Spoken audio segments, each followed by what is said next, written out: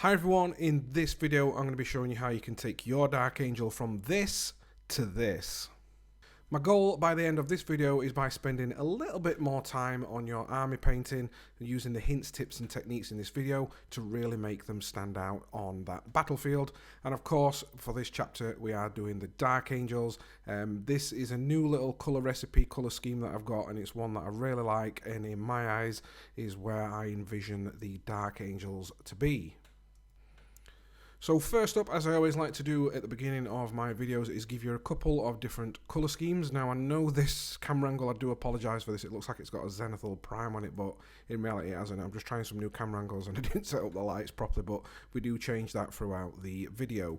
So obviously for this one, I've primed everything in Colour Forge's matte black, and then I go straight into my colour. However, if you're doing an army painting and you've got a lot of these units that you want to do, then I highly recommend probably getting something like the Caliban Green Spray Primer or Colour Forge's alternative, and that's going to be a great base to start from. You won't get like the bluey turquoisey one that I do get in this video, but if you're wanting to do it a little bit quicker, then that is the one to go for if you're just priming up everything in your army, and it'll save one extra stage. However, for this, as you can see, I'm working my way around the miniature with Lupercal Green through the airbrush, just spraying it. And the nice thing about Lupercal Green is it is quite a translucent paint, so you can build it up in nice little layers. And my goal for this armor is to be more in line with the new Lionel Johnson model, however touching more along to the green of the Dark Angels, as I'm not really keen on the way Games Workshop paint their Dark Angels. I always like mine to be on the more greeny turquoise side of it with a hint of black, which we'll get into a little bit later on in the video. Also, as you can tell from this video, I have modified mine a little bit, and this was from the new upgrade sprue from Games Workshop for the Dark Angels. In there you get some transfers and some cool little bits that you can apply and put onto your miniature to upgrade them and make them a little bit more Dark Angel-y. Next up, I am spraying Sons of Horus Green in sort of a zenithal, but I'm paying special attention to highlight areas like at the top of the armour and the shoulder blades, making everything just a little bit tighter. For the guys that don't use airbrush, don't panic. You can do this with a dry brush or a stipple brush, and if anything, that's going to give you a little bit more battle damage and battle worn look for your armour, because we do get into that a little bit later, so don't worry about that. And then when we come to like the black phase, you could easily quickly glaze these sections in. That's not going to be an issue, but I'm just working my way around with Sons of Horus Green, and then this takes a couple of coats because I like to build it up nice and thin, and then we're going to move into our next stage. Now this is where we're going to start to make our armour look a little bit more in line with the black of the Lionel Johnson model, and for me I just really like the look of this armour, and obviously this is more leaning towards more the green side. However, you can add as much black as you want. The black is entirely up to you. It's you literally use any black for this. I have got Vallejo black. It's just a really nice, and I have thinned this with a couple of extra drops of thinner just so I can start to build those transitions up nice. And what I'm doing is just spraying this into these shadow areas, and because we've got it nice and thinned, that Lupercal Green is going to show through a little bit, and it just ties everything together, it acts as shadows, and at the end result for me it just gives a really nice look to the armour. Now we're going to move into an extra additional stage, which is just going to completely transform the look of your armour and lean it and add some details to make it more in line with the Grimdark style. And I know I said this is army painting, but like I said, I want to push you a little bit to be able to, push you in your actual painting and make everything just a little bit nicer and neater. And you might think, oh, we're at 3 stages already, but these extra little stages have literally probably took around 5 minutes per miniature. And when you add this up across like an army, like Marines, it might only take like an extra hour or 2, and just putting that little bit more effort in, it's going to make you become a better painter, and it's also going to make you a little bit more proud of your models and make everything stand out on the battlefield and make your army unique and look completely different to everybody else's. And that's my goal throughout the whole YouTube thing, is to try and push you that little bit further and give you these little hints and tips and techniques that can improve your painting, and you can apply it and use it across other miniatures that you might paint. But here we've just got literally Sons of Horus Green neat on the brush, and now depending on the style that you like to paint, whether you want it to be a bit more grimdark or like edge, like the envy metal style, you can edge highlight all your little areas. But for me, I just work my way around and using like my little squiggles and wiggles method, just a little bit of paint on my brush, and I'm just adding little scratches, edge highlights that are broken up, and little dinks and danks here, there, and everywhere, working my way around with the Sons of Horus green. Now's also a really good time to paint your silver metallic areas. For this, I just used Vallejo gunmetal. However, the colour from Games Workshop that's very close to this is lead belcher. So just base coat everything out before we move on to our wash phase. Now the wash phase, if you're not somebody that likes to use enamels and stuff like myself, because I want mine to lean a little bit more towards the Grimdark, I used Ica of the Damned, which is the new Villain Inks range. It's a black wash, it's really nice, and I've not applied any varnishes or glossing or anything like this phase because I sort of want that like staining to go around it to achieve that like Grimdark look. However, if you're not into oils and enamels, just get some thin down none oil, and just very carefully put it into your crevices and wash it into there. But obviously, with the beauty of the enamels is if you go like over any little areas and stuff, you can easily wipe them away with mineral spirits. So just work your way around and make sure that that's all in the crevice areas. And what's nice as well, it will darken that armour up slightly as well, which will lean more in towards the Grimdark style.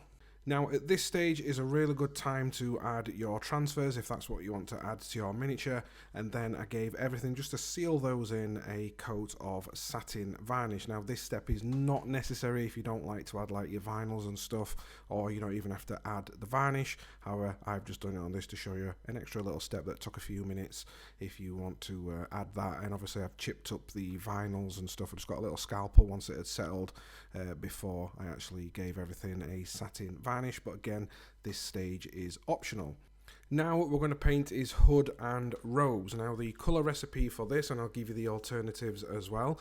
First of all, I base coated in AK Ash Black, and then I got some Citadel Karak Stone mixed in with there as we go up the highlights, and then finally AK Deck Tan. Now the alternatives to this, if you're going to be using the Games Workshop Citadel ones, is Eshen Grey, then your Karak Stone, and then finally a little bit of Rakarth Flesh for your final highlight. Now when it comes to painting this, trust me, this way is going to look a little bit like it's going to take more time, but it is actually faster than painting it up in layers. So we're going to be using our like scribbles and scratchy and dotty method to make it look a little bit messy. So we're just literally sketching that paint onto the miniature. We're not trying to be neat or anything for the first few layers, and we're going to slowly start to add the Karak Stone as we go up, leaving the shadow colours in, and then finally add in a little bit of our highlight colour as one final highlight. Now obviously as you get up those highlights, that's when you start to need to be just a tiny little bit neater, but trust me when I say doing this method, it gets you a really nice textured realistic cloth look.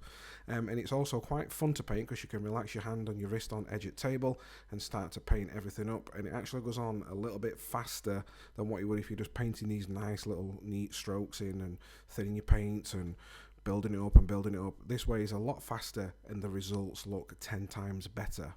Next up, we're going to move on to the gold trim and all the gold areas. For this, I used Pro Acryl Bronze. Now, I know I'm saying the word bronze, however, it's not really a bronzy colour. It's more of like a deep, warm, reddish gold. And it's a colour that I absolutely love. So I'd highly recommend going out and picking up this gold. And then once you've completed that, we're going to get the contrast paint Rattling Grime.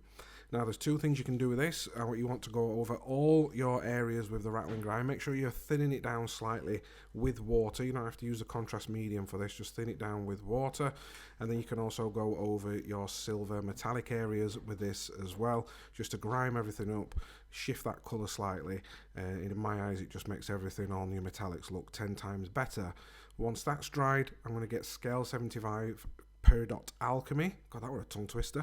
Peridot Alchemy, and I'm just dry brushing that onto all of the gold areas once that bit is dry. For all your steel areas, I just get Rungfang steel, and I've just carefully edge highlighting everything. And when it comes to the sword, I add some little tiny like dinks and scratches on it just to weather that up a little bit, and it makes everything look a little bit more realistic, like he's battle worn. And then for the other like silvery steel areas, you can literally just dry brush them as we did with our gold. And then to your final bits is everything for this little section of the video is completely optional. So for like the guns, obviously Dark Angels tend to have more like a red gun. For this I just base coated in using that like scratchy method what we did on the fabric. I just base coated everything in corn red and then got Evil Sun's Scarlet and just edge highlighted and put some scratches here and there for the red. If you obviously this bit's optional if you want to do it in black. Then get some greys and do the same technique and just edge highlight all that up. All the rest of the little accessories and stuff is completely optional, like your eye lenses. If you want them red, paint them in the same colour that we've just done the gun. And then for like your leather bits, obviously I've got a leather tutorial on this channel which is a little bit more in depth rather than army painting. They were just base coated in Rhinox hide, dry brushed in Mournfang brown, and then used Baylor brown just to add even more edge highlights. But again, this section is completely optional to you. And the last thing to do is base in whatever basing scheme that you like. For me, I'm really loving the Kraut cover Scenics at the moment. This is Ruins of Persistence, and I've just got some PVA glue, dip it in, wipe it off, and there you're good to go. And I'll really, honestly guys, go and check out Kraut cover. They're super cheap and they are just amazing, especially if you're doing like Grimdark base, and they've got so many different like schemes and different ones that you can use.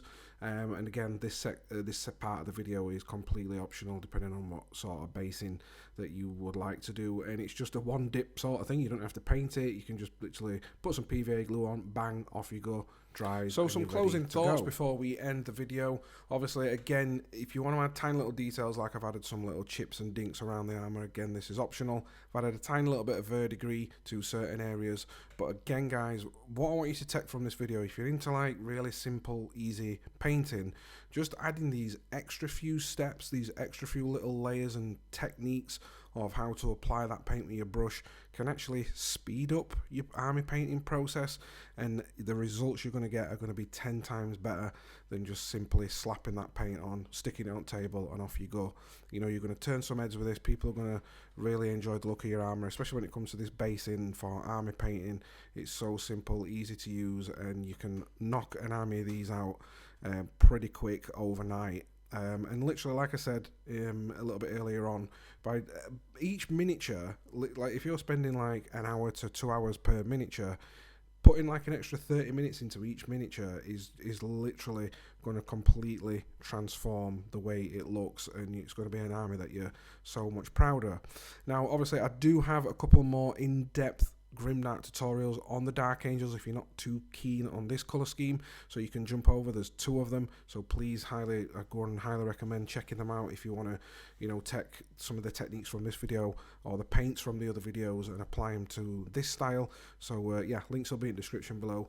Massive thanks again for watching this video, and if you could like, share, comment, subscribe and all that sort of stuff.